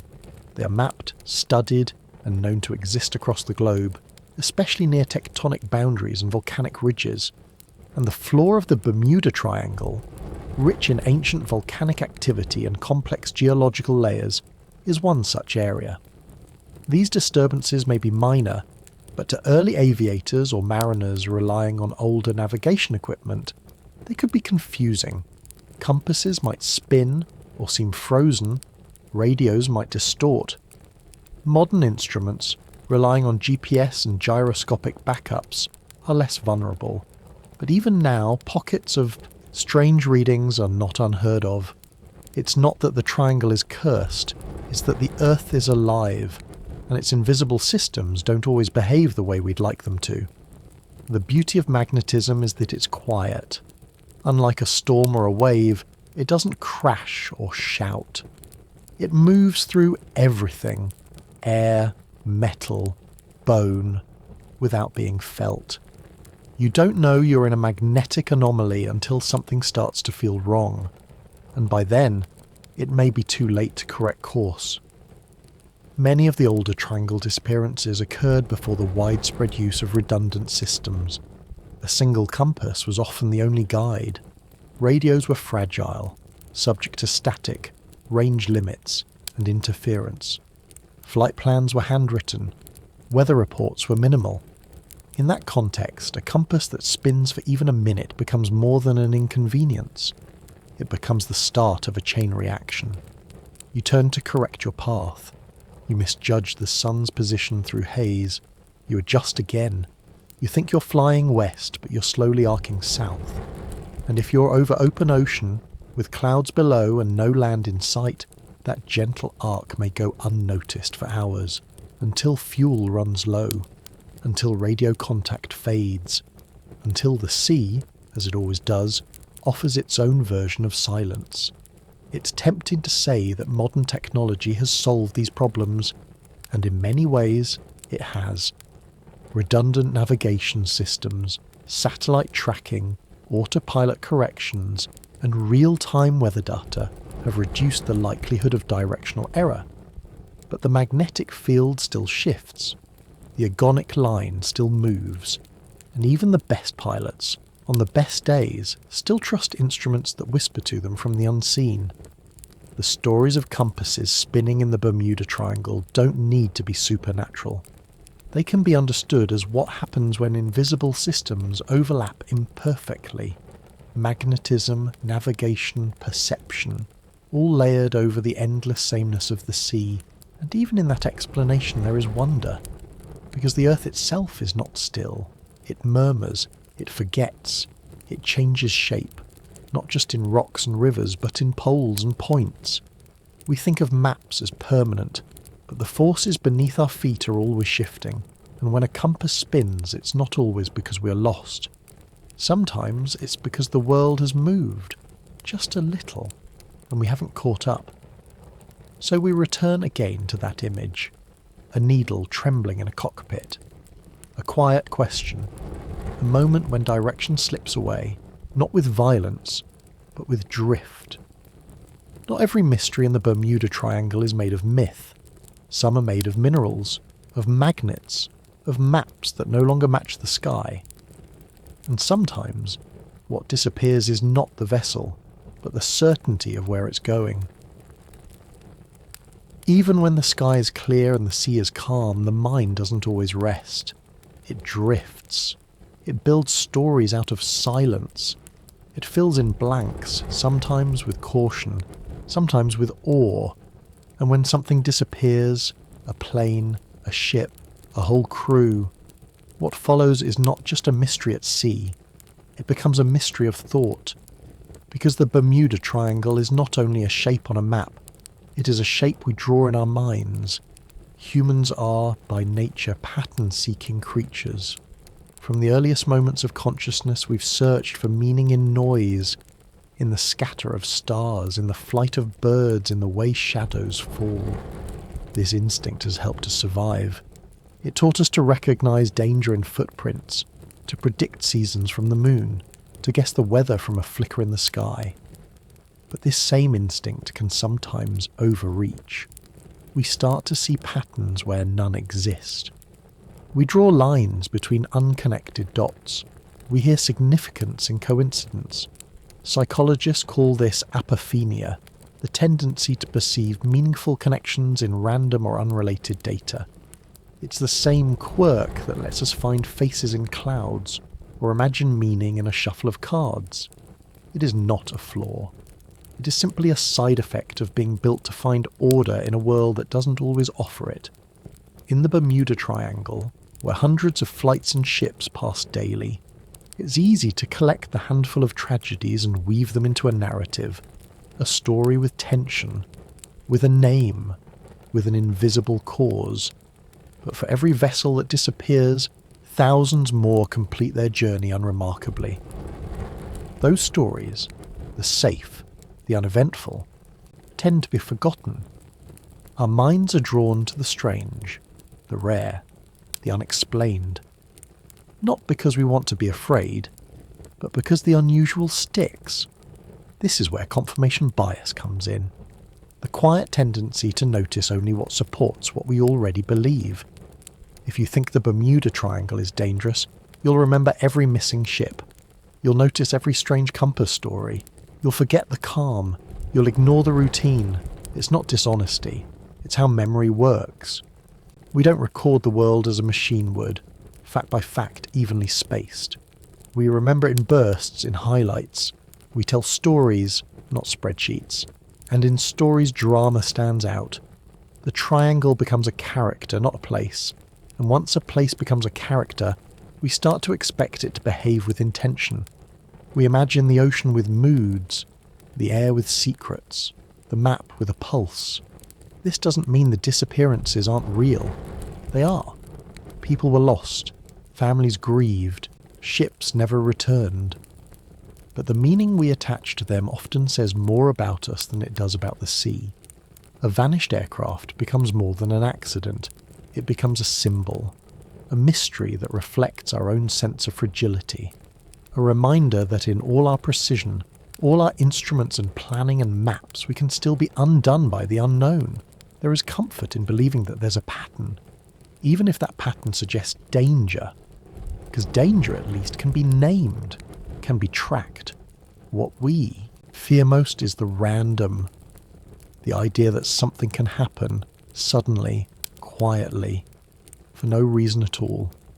That a ship can vanish not because of a portal or a vortex or a flaw, but simply because things break and people make mistakes, and nature doesn't always warn us before it changes. That kind of unpredictability is unsettling.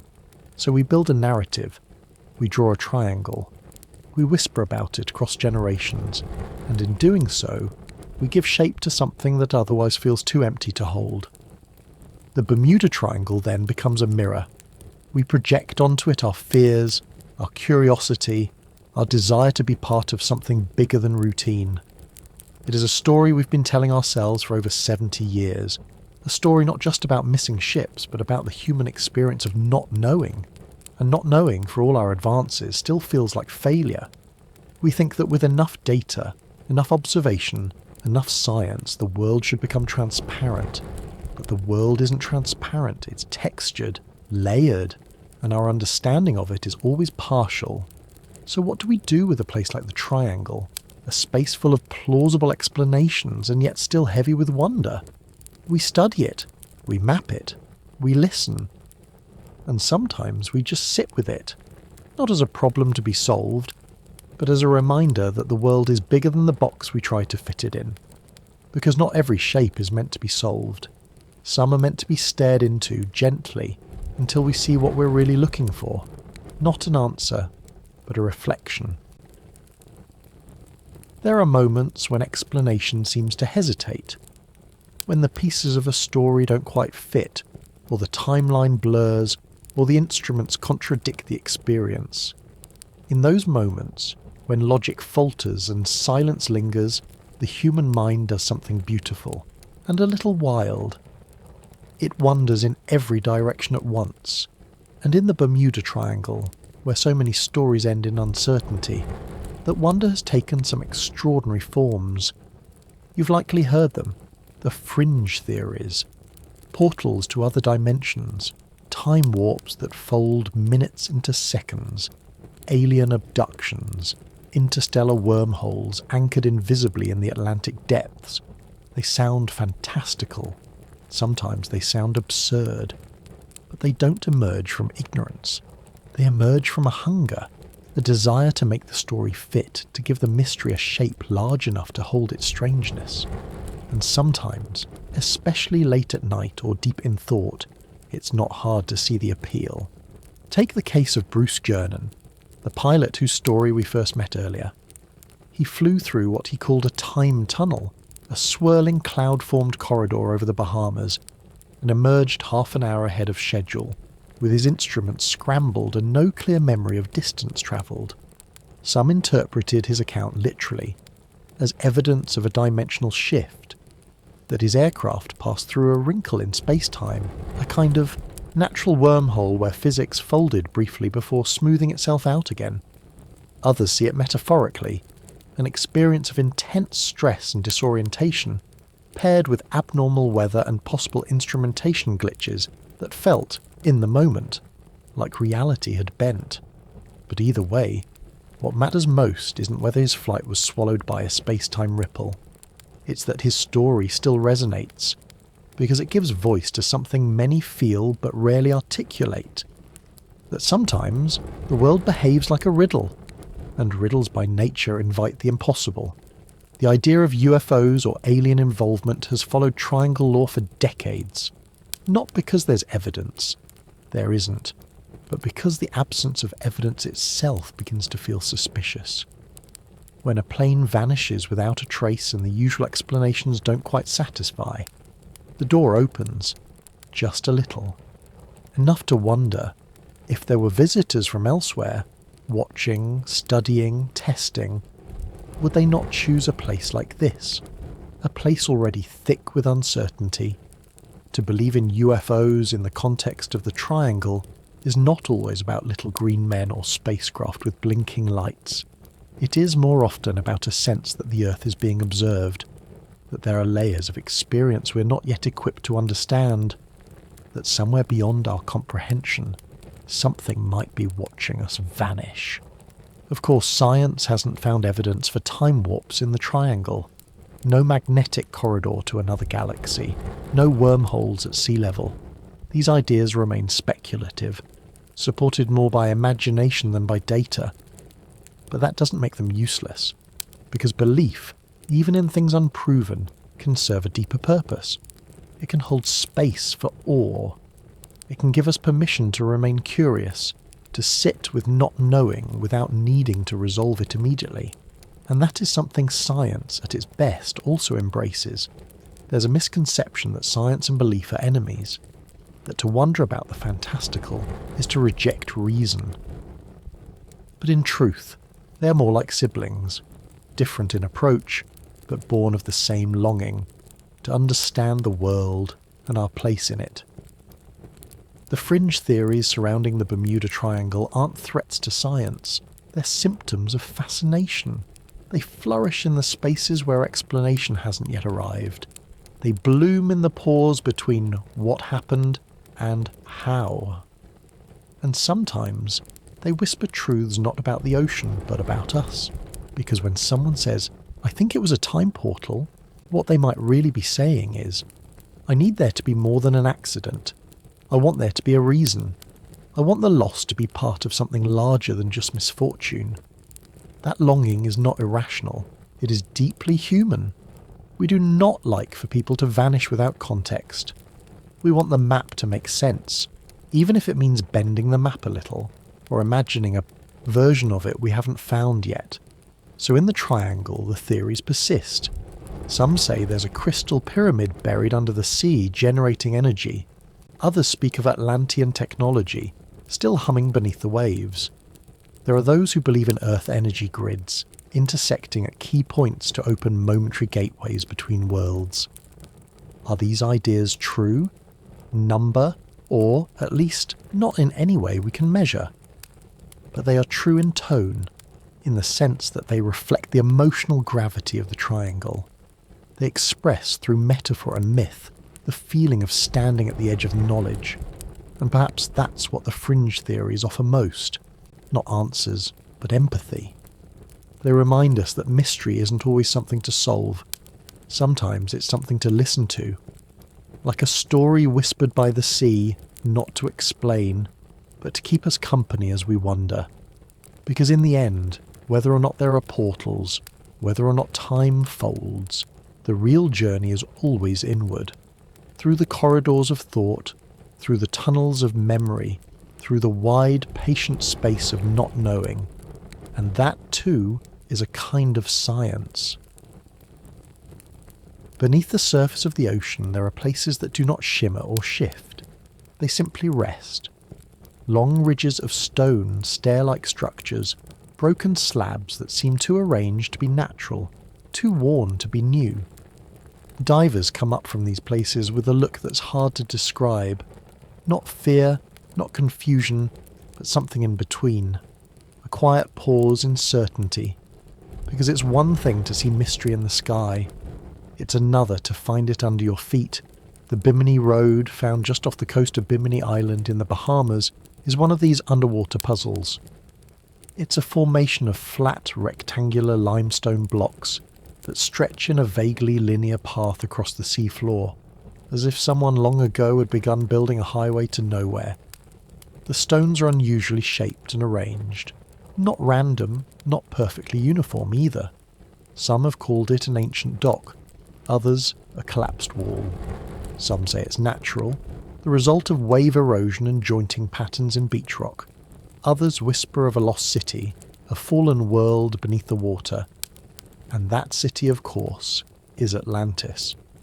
The story of Atlantis begins not in the Atlantic, but in ancient Greece, with Plato. In two of his dialogues, the Timaeus and the Critias, he describes a powerful island nation that existed beyond the Pillars of Hercules, which is now known as the Strait of Gibraltar. Atlantis, he claimed, was a place of immense knowledge and wealth that grew too proud, too greedy, and was punished by the gods, swallowed by the sea in a single day and night of misfortune. Many scholars agree that Plato's Atlantis was likely an allegory, a cautionary tale dressed as history. but something about the story endured. Over centuries, the idea of Atlantis transformed. It ceased to be a fable and became a symbol of knowledge lost, of civilizations forgotten, of dreams buried beneath the waves. Explorers searched, maps were drawn, books were written, and when the Bermuda Triangle began gathering stories of its own, it didn't take long for Atlantis to be woven in. If ships and planes vanished without explanation, maybe it was because something below was pulling them in. A magnetic force, a psychic residue, the hum of forgotten technology still pulsing in the depths. In this version of the tale, the triangle isn't just a dangerous region, it's a doorway, not one that leads outward into space or time, but inward, toward memory, toward the old, toward the submerged. Atlantis, then, is no longer a city. It is a metaphor for everything we've lost and long to find again. From a geological perspective, there are many natural formations that resemble the remains of human construction. Lava cooling in hexagonal columns, sedimentary rocks fractured in straight lines, coral reefs that take on the shapes of towers, stairs, or even temples when eroded slowly by waves. The mind, as we've explored, is always eager to see intention in coincidence, to find blueprints in randomness. And yet, even knowing that, even holding the scientific explanation in one hand, there is still something compelling about these places, something that resists the tidy folder of solved. Because the sea hides things, not just objects or evidence, but ideas, hopes, histories. And sometimes we don't dive for truth, we dive to dream. There's a kind of tenderness in the way myths survive, not as facts but as feelings. A child hears of a sunken city and imagines marble domes covered in coral, libraries where fish swim through sunbeams, statues worn smooth by salt. An adult hears the same story and feels something they can't quite name, a nostalgia for something they never had, a longing for a world that never was. Atlantis isn't real in stone, but it is deeply real in emotion. And in the Bermuda Triangle, where the boundaries between reality and imagination are already soft, that emotion finds a home. The ocean doesn't argue, it doesn't explain. It allows the myth to drift alongside the science, like two currents moving in the same sea, and perhaps that's the best way to hold it. Not as a question to be answered, but as a story to be respected, a feeling to be honoured. Because sometimes a myth is not a lie, it is a way of remembering, even if what it remembers never truly happened. So yes, the Biminy Road may be natural, Atlantis may be fiction, the triangle may be a patch of ocean made more mysterious by media than by geology. But in the quiet, when we think about all the stories we've heard, about compasses spinning, skies folding, ships that vanish, cities that sink, we begin to understand that mystery doesn't always need proof to be powerful. Sometimes it just needs time, and the sea has all the time in the world. Not all disappearances fade quietly into the past. Some remain suspended, not in headlines or reports, but in rituals, gently repeated year after year, in names read aloud over windblown microphones, in flowers cast into the surf sinking slower than expected, in silent moments when families stare out toward an ocean that does not answer, but does not forget. Every December in Fort Lauderdale, a small ceremony takes place. There are no dramatic lights, no sweeping music, no reenactments. Just people, veterans, locals, family members, gathering to remember Flight 19. The story of Flight 19 is perhaps the Bermuda Triangle's most enduring mystery. 5 Navy bombers, flying in formation, lost contact during what was meant to be a routine training mission in 1945. Their voices, recorded in fragments, spoke of confusion, of broken instruments, of a sky that no longer matched their maps, and then silence. That silence has never been fully broken. The planes were never found. Neither were the 14 men aboard, nor the 13 crew members on the rescue plane that vanished trying to find them. So every year people return, to stand on the beach, to lay wreaths of white and blue, to speak the names, not just of Flight 19, but of every vessel and crew member lost in the Triangle's uncertain waters. It is not about answers, it is about remembrance. At sea, remembrance takes different forms. There are ashes scattered from the decks of chartered boats, quietly drifting on the tides. Paper lanterns lit at twilight, rising until flame meets sky. Roses released one by one, each carried away by the currents. No destination, only movement. For the families of the lost, these acts are more than tradition. They are a way to hold grief in motion. Because when someone disappears at sea, there is no grave to visit, no headstone to touch, only water, a shifting, reflecting surface. And yet, in that very absence, something powerful remains. The sea becomes the memorial itself. Some relatives come year after year, others only once, some never at all. But for those who do return, there is a sense of quiet purpose, as if by standing where the sky meets the waves, they can still be heard. A son who never met his father might toss a note sealed in a bottle. A granddaughter might trace her grandfather's name into the sand. A mother, grown old, might close her eyes and feel the same wind that once carried a plane away. These are not elaborate ceremonies. They are small, intimate acts, but they mean something profound, that the vanished are not forgotten, that even in mystery there can be mourning. Ritual is how we speak when words fail. In the absence of wreckage, we build memory. In the absence of explanation, we offer presence. Even scientists, after decades of study, understand this. Some questions don't need more data. They need stillness. They need silence held together by human hands. The Bermuda Triangle is full of stories. Some are investigated. Some are dismissed. Some are told too often. Some not enough. But behind every vanished ship or aircraft, there were people, many of them young, some barely trained, others seasoned, who left port thinking they would return. And for each of them, there are people still here, not looking for aliens or portals or answers that rewrite physics, just looking for a place to say goodbye. In this way, the mystery transforms. It becomes less about where they went and more about how we live with not knowing. We mark the date. We light a candle. We stand near water that is always moving. And in that motion, something of them remains. The Bermuda Triangle may never tell us what happened to Flight 19, or the USS Cyclops, or the Sylvia Elosa. But it has helped teach us this. That absence too can be honoured. That the world does not need to explain itself before we are allowed to grieve. And so, every December, the ceremony continues.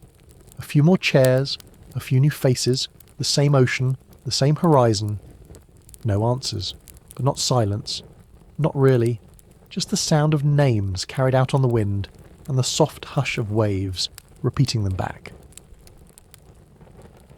If you fly over the Bermuda Triangle today, odds are you'll be sipping a cold drink, glancing out the window of a commercial flight, or leaning back in a cruise ship deck chair, watching the horizon blur into a soft blue haze.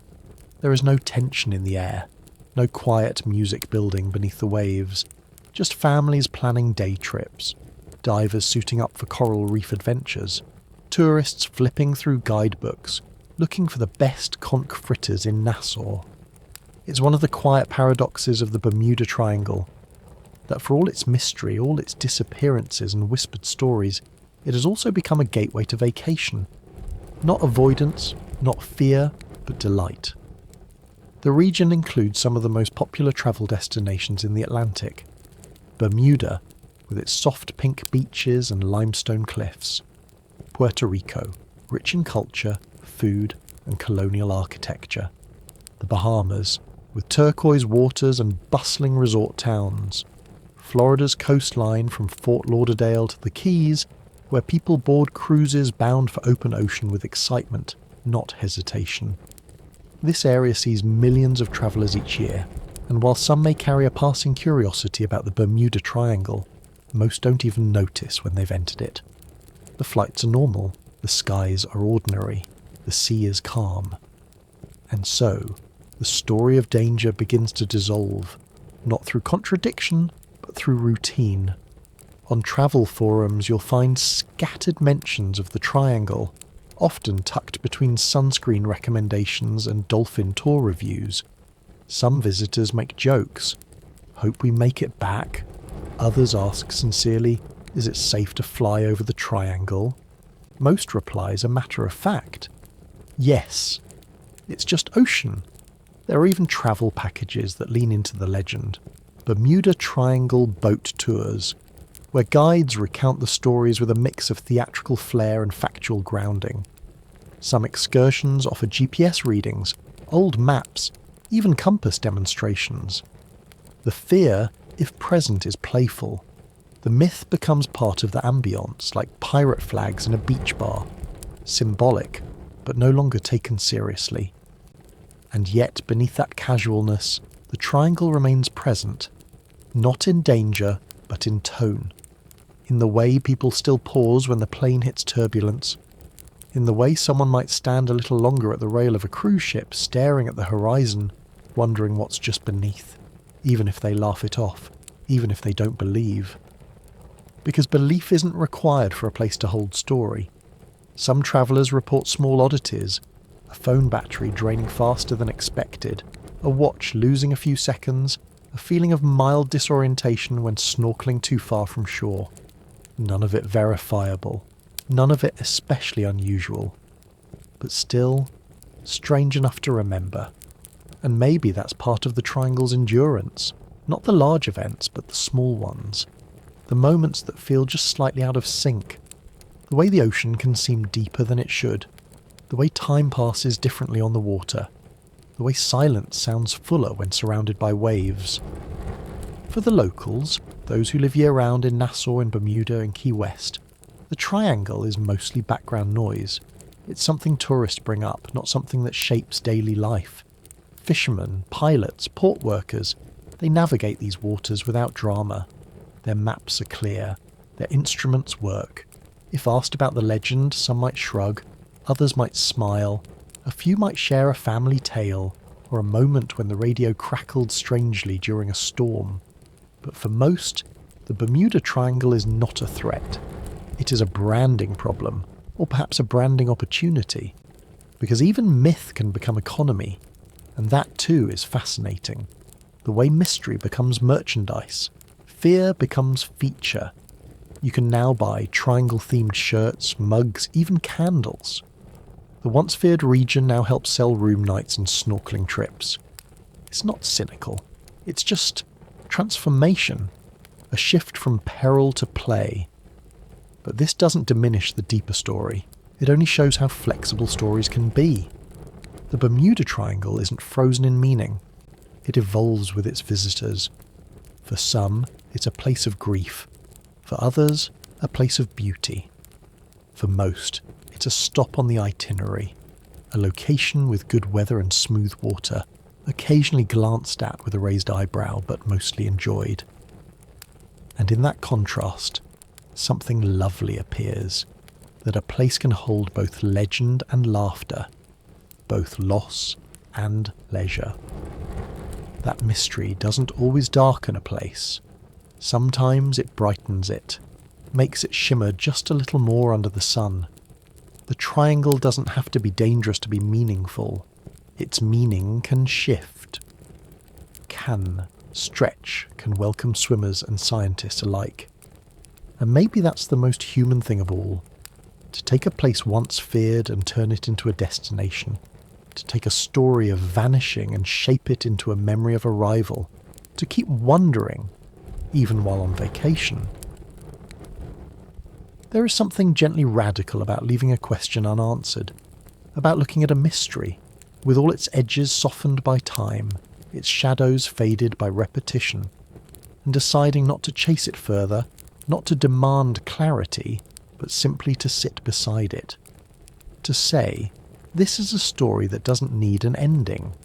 This is a place that doesn't need to be solved. The Bermuda Triangle invites that kind of thinking, not because it resists explanation, though often it does, but because it quietly reminds us that not everything broken needs fixing, and not every silence needs to be filled.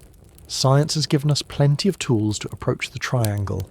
Meteorology explains sudden storms. Oceanography describes rogue waves. Psychology explores the shape of memory. Navigation error, instrument failure, human fatigue. Each has a place in the narrative. And yet, even when we gather all these explanations, line them up like neat dominoes, something still lingers in the space between them. A kind of echo. Not of conspiracy, but of humility. The humility of not knowing everything. Some stories don't break, they drift. And the triangle, more than most places, feels like a drift-shaped story. Told in currents, in disappearances that are remembered not for their facts, but for the silence they left behind. When we talk about the triangle now, it is less about data points and more about tone, about the feeling of open water, the absence of solid ground, the quiet stretch between departure and arrival. It has become, in many ways, a metaphor. Not just for mystery, but for the many questions we carry in life.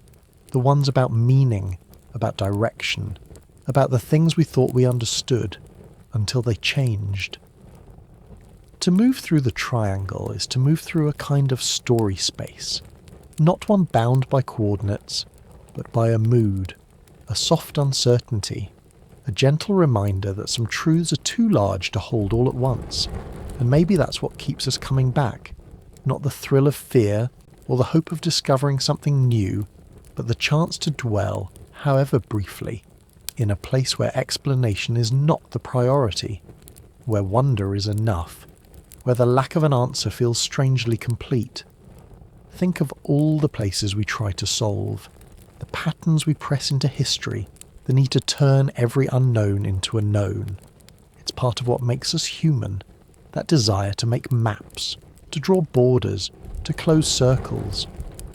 But the ocean, and stories like this, gently push back. They whisper, let it be open. Let some questions remain questions.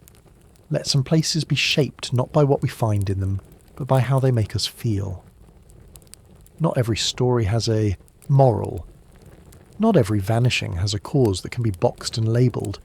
And in accepting that, in gently stepping away from certainty, we find something softer than resolution. We find peace. When we name the Bermuda Triangle, we draw 3 points on a map. But what lies inside those points is not fixed. It changes with every ship, every flight, every memory. Some travellers see adventure, some see history, some see nothing at all. Just the sky and the water and the slow hum of engines carrying them safely through. And maybe that's the real secret. The triangle is not a trap. It's a frame, a way of looking, a way of letting the unknown be part of the journey. So much of life is unfinished, letters unsent, words unspoken, plans delayed, forgotten, transformed. The Bermuda Triangle, for all its fame, might simply be one more of these things, a story we started but never needed to end, a question that by remaining open gave us space to reflect, to imagine, to listen, and that might be enough. To know that some places are not puzzles, they are poems. We're all navigating something, not with compasses or coordinates, but with choices, questions, and moments that drift before we know how to name them. Each day you set sail, perhaps without knowing it, into a sea that doesn't announce its weather, into waters that shift their colour with time. You carry a quiet ship made of memories, instincts, and a handful of hopes. And like every vessel that ever crossed the Bermuda Triangle, you do not have a perfect map. But that has never stopped anyone from moving forward. There's a reason the ocean appears again and again in stories of uncertainty. It is too vast to be held in a single thought, too deep to be seen in full. Like time, it carries you whether you resist or not. Like memory, it erodes edges slowly, then suddenly.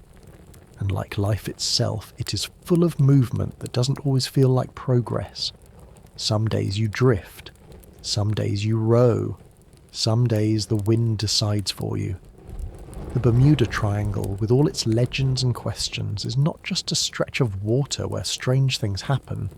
It is a symbol of what it means to move through mystery, to keep going when the path doesn't straighten, to trust the instruments even when the needle shakes, to live with the possibility that some moments won't be explained, not now, not ever, but still hold meaning.